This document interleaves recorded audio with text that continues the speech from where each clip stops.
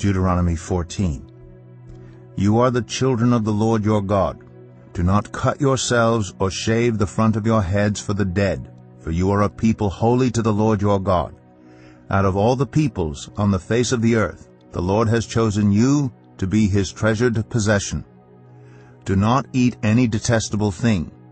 These are the animals you may eat: the ox, the sheep, the goat, the deer, the gazelle, the roe deer, the wild goat, the ibex, the antelope, and the mountain sheep. You may eat any animal that has a divided hoof and that chews the cud. However, of those that chew the cud or that have a divided hoof, you may not eat the camel, the rabbit, or the hyrax. Although they chew the cud, they do not have a divided hoof. They are ceremonially unclean for you. The pig is also unclean. Although it has a divided hoof, it does not chew the cud. You are not to eat their meat or touch their carcasses. Of all the creatures living in the water, you may eat any that has fins and scales. But anything that does not have fins and scales you may not eat. For you it is unclean.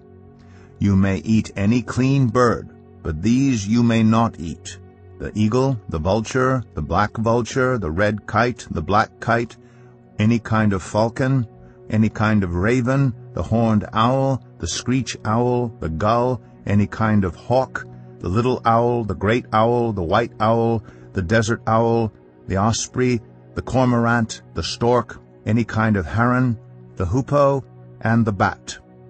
All flying insects are unclean to you. Do not eat them. But any winged creature that is clean you may eat. Do not eat anything you find already dead. You may give it to the foreigner residing in any of your towns, and they may eat it, or you may sell it to any other foreigner, but you are a people holy to the Lord your God. Do not cook a young goat in its mother's milk. Be sure to set aside 1/10 of all that your fields produce each year. Eat the tithe of your grain, new wine, and olive oil, and the firstborn of your herds and flocks in the presence of the Lord your God at the place he will choose as a dwelling for his name, so that you may learn to revere the Lord your God always.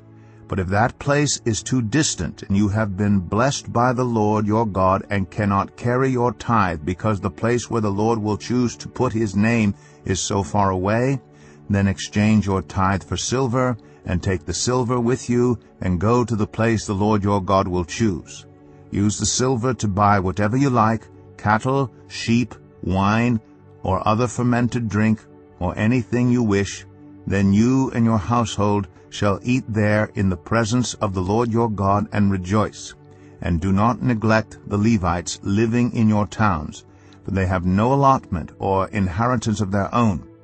At the end of every 3 years bring all the tithes of that year's produce and store it in your towns, so that the Levites who have no allotment or inheritance of their own, and the foreigners, the fatherless, and the widows who live in your towns may come and eat and be satisfied, and so that the Lord your God may bless you in all the work of your hands.